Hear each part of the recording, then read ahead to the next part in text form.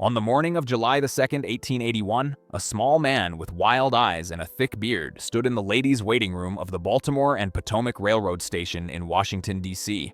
He had been there for nearly an hour, clutching an ivory-handled British Bulldog revolver he'd purchased specifically because he thought it would look impressive in a museum display someday. He had practiced his aim for weeks along the banks of the Potomac. He had stalked his target to church services and public events, waiting for the perfect moment. When President James Abram Garfield walked through the station that Saturday morning, arm in arm with Secretary of State James G. Blaine, the gunman stepped forward and fired twice into the president's back. The assassination attempt itself took roughly 3 seconds, but what followed would stretch across 79 agonizing days and expose a truth so embarrassing to the American medical establishment that for decades the full story was quietly buried. The gunman's bullets didn't kill James Garfield. His own doctors did. And they did it so thoroughly, so catastrophically, that the case became a grim joke among European physicians and a cautionary tale American medicine preferred not to discuss. James Abram Garfield entered the world on November 19, 1831, in a log cabin in Orange Township, Ohio, the last American president able to make that particular claim. His father died when James was just 18 months old, leaving his mother Eliza to raise 4 children in crushing poverty along the edge of the Western Reserve. The family was so poor that young James hired himself out as a canal boat driver at 16, guiding mules along the towpaths of the Ohio and Erie Canal. He fell into the water 14 times in a single 6-week stretch, contracted malaria, and nearly died. But Garfield possessed an almost ferocious intellectual appetite that no amount of hardship could diminish. He taught himself Greek and Latin, worked as a carpenter and janitor to pay for his education, and graduated from Williams College in Massachusetts in 1856. By 26, he had become the youngest college president in the nation, leading the Western Reserve Eclectic Institute, the same school where he had once swept floors. He married Lucretia Rudolph in 1858, and when the Civil War erupted, he raised a regiment of volunteer infantry and led them to victory at Middle Creek, Kentucky, in January 1862. That victory launched his political career. Garfield served 9 consecutive terms in Congress, developing a reputation as a skilled orator and moderate Republican who could work with both factions of his increasingly divided party. The 1880 Republican National Convention in Chicago became one of the most chaotic in American history. The party had fractured into 2 warring camps: the stalwarts, who wanted to nominate former President Ulysses S. Grant for a 3rd term, and the half-breeds, who backed Senator James G. Blaine. The hatred between them was so intense that compromise seemed impossible. Garfield arrived as campaign manager for Treasury Secretary John Sherman, with no presidential ambitions of his own, but the convention deadlocked. Ballot after ballot produced no winner. On the 34th ballot, delegates began switching their votes to Garfield himself. He rose to protest, insisting he hadn't authorized his name. The chairman overruled him. By the 36th ballot, exhausted delegates had coalesced around Garfield as the only man both factions could tolerate. He won the general election by fewer than 10,000 popular votes out of more than 9 million cast. James Garfield took the oath of office on March 4, 1881, inheriting a government drowning in patronage demands. Thousands of office seekers flooded Washington, each expecting appointments as rewards for party loyalty. Among them was a strange, persistent man named Charles Julius Guiteau, who believed God had chosen him to receive the consulship in Paris. Charles Julius Guiteau was born on September 8, 1841 in Freeport, Illinois. His mother died when he was 7. His father, Luther Wilson Guiteau, was a domineering religious fanatic obsessed with the teachings of John Humphrey Noyes, founder of the Oneida Community, a utopian sect in upstate New York that practiced communal living and spouse sharing. At 18, Guiteau joined the Oneida Community himself. The members found him insufferable. They nicknamed him Charles Guiteau and assigned him to trap muskrats, work designed to keep him away from everyone else. When he finally left in 1865, he announced plans to start a religious newspaper that would convert the nation. It never published a single issue. Over the next 15 years, Guiteau drifted through spectacular failures. He attempted to practice law in Chicago with almost no training, primarily defending himself against fraud claims from his own clients. He wrote a theological book that was mostly plagiarized. He abandoned his wife after 5 years of what she later described as terrifying abuse. He was arrested repeatedly for skipping out on hotel bills, yet Guiteau's delusions only expanded. When Garfield won the Republican nomination, Guiteau wrote a rambling campaign speech and convinced himself it had won the election. He traveled to Washington expecting a diplomatic appointment, the Paris consulship, despite speaking no French and having no qualifications whatsoever. He visited the White House repeatedly, pressing his speech on anyone who would take it. Secretary of State Blaine finally snapped, "Never speak to me again on the Paris consulship as long as you live." Within days, Guiteau had convinced himself that God wanted Garfield dead. Chester Arthur and the stalwarts would take power, and Charles Guiteau would be celebrated as a hero. On May 29, 1881, he borrowed $15 and purchased the ivory-handled revolver, choosing the expensive model because he thought it would look better in a museum. Guiteau spent 5 weeks preparing. He practiced shooting along the Potomac and stalked President Garfield repeatedly. On June 18th, he followed Garfield to the train station but couldn't bring himself to shoot. The First Lady looked too frail, and he didn't want to upset her. On July 2nd, he got his chance. At approximately 9:30 a.m., President Garfield walked through the Baltimore and Potomac station. Guiteau stepped forward and fired twice. The first bullet grazed Garfield's arm. The second struck him in the back, about 4 inches to the right of his spine. The president collapsed. "My God, what is this?" Garfield cried out. Guiteau offered no resistance when seized. "I did it and will go to jail for it," he announced calmly. "I am a stalwart and Arthur is now president." Within minutes, doctors began arriving, and with them arrived a disaster far more lethal than Guiteau's bullets.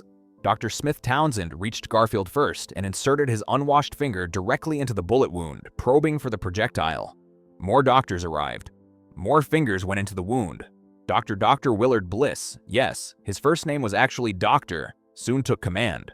His first action was to insert a long metal probe, searching so aggressively that he created a false channel in the tissue, missing the actual bullet path entirely. The bullet had entered Garfield's back, passed through his first lumbar vertebra, and lodged in fatty tissue behind his pancreas, well to the left of his spine. It had missed every major organ and every major blood vessel. By modern medical standards, the wound should have been survivable with basic care, but Bliss was certain the bullet had traveled to the right.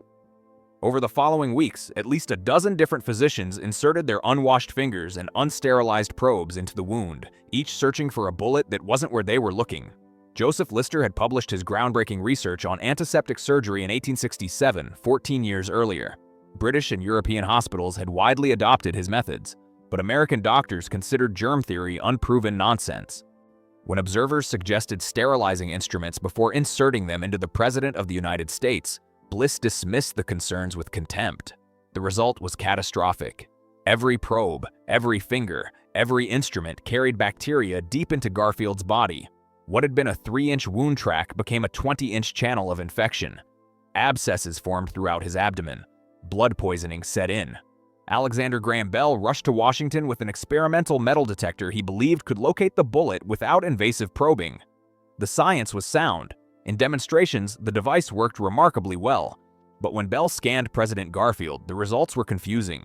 The machine seemed to register metal across large areas of the president's body. Bell was baffled. There were 2 problems he never discovered. Bliss insisted Bell scan only the right side of Garfield's body, where Bliss remained convinced the bullet had lodged.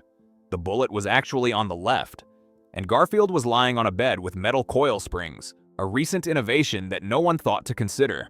Bell's detector was picking up the mattress, not the bullet. Throughout the summer of 1881, Americans followed Garfield's condition through daily medical bulletins that painted an optimistic picture at odds with reality. The doctors reported steady improvement. The truth was far grimmer.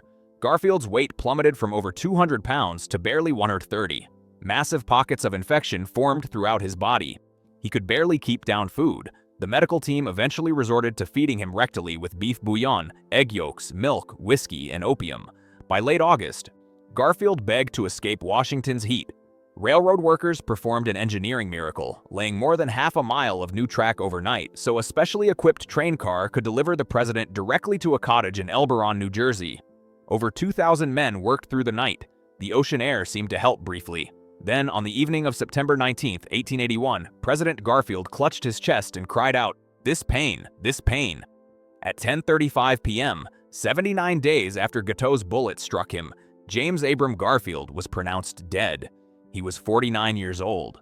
The autopsy revealed what the doctors had missed entirely. The bullet had traveled to the left, not the right. It had lodged safely in fatty tissue, encased in a protective cyst, causing almost no ongoing damage. Garfield had died from massive infection, blood poisoning, and a ruptured splenic artery. conditions caused by his medical treatment. When European medical journals reviewed the case, the assessment was brutal. British physicians expressed astonishment that Americans had ignored basic antiseptic principles in treating their own president. German publications used the case as a teaching example of what not to do. Dr. Bliss submitted a bill to Congress for $25,000, roughly $750,000 today, for his services. Congress eventually paid him $6,500. Charles Guiteau went to trial on November 14, 1881. The proceedings became a national sensation. Guiteau insisted on representing himself, and his defense was remarkable in its audacity. Yes, he admitted he had shot the president, but he hadn't killed him. The doctors had done that. "I deny the killing, if your honor please," Guiteau announced. "We admit the shooting." He wasn't entirely wrong. Modern medical experts agree Garfield almost certainly would have survived with competent treatment, or even with no treatment at all. But Guiteau's defense went further into territory that alienated everyone. He claimed God had commanded him to remove Garfield for the good of the Republic. He interrupted witnesses, composed poetry about his own brilliance, and seemed genuinely mystified that the public viewed him as a monster rather than a hero. On January 25, 1882, the jury deliberated for just over an hour before returning a guilty verdict. On June 30, 1882, Charles Guiteau climbed the scaffold at the District of Columbia Jail. He had requested an orchestra to play at his execution. Prison officials declined. Instead, he recited a poem he'd written, titled "I Am Going to the Lordy," in a high, childlike voice. At 12:40 p.m., the trapdoor opened. Charles Guiteau was pronounced dead at 12:55 p.m. The assassination set off changes that would reshape American government and medicine for generations.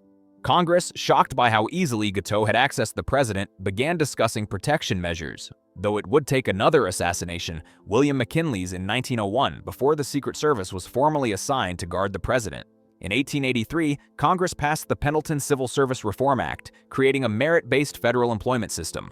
The office seeker who had killed Garfield inadvertently destroyed the very system he had hoped to exploit. The American medical profession was slower to admit its failures, but within a decade, antiseptic surgical techniques spread through American hospitals. The doctors who had probed Garfield's wound with unwashed hands would have been committing malpractice by 1900. Chester Arthur, the stalwart machine politician no one expected anything from, surprised everyone by becoming a decent president. He signed the Pendleton Act and governed with integrity, reportedly haunted by how he had come to power. The most disturbing detail of the entire affair remains the simplest one. The bullet Charles Guiteau fired was not, by itself, a fatal wound. The President of the United States spent 79 days dying from medical treatment. He was killed by the people trying to save him, and for decades the government and medical establishment preferred not to discuss it. So here's my question. When professionals make catastrophic mistakes with the best of intentions, how should we think about their responsibility? Was this murder, malpractice, or just the state of knowledge at the time? Drop your thoughts in the comments. I read every single one. If you found this story as insane as I did, hit subscribe and ring that bell. We uncover forgotten history like this every single week.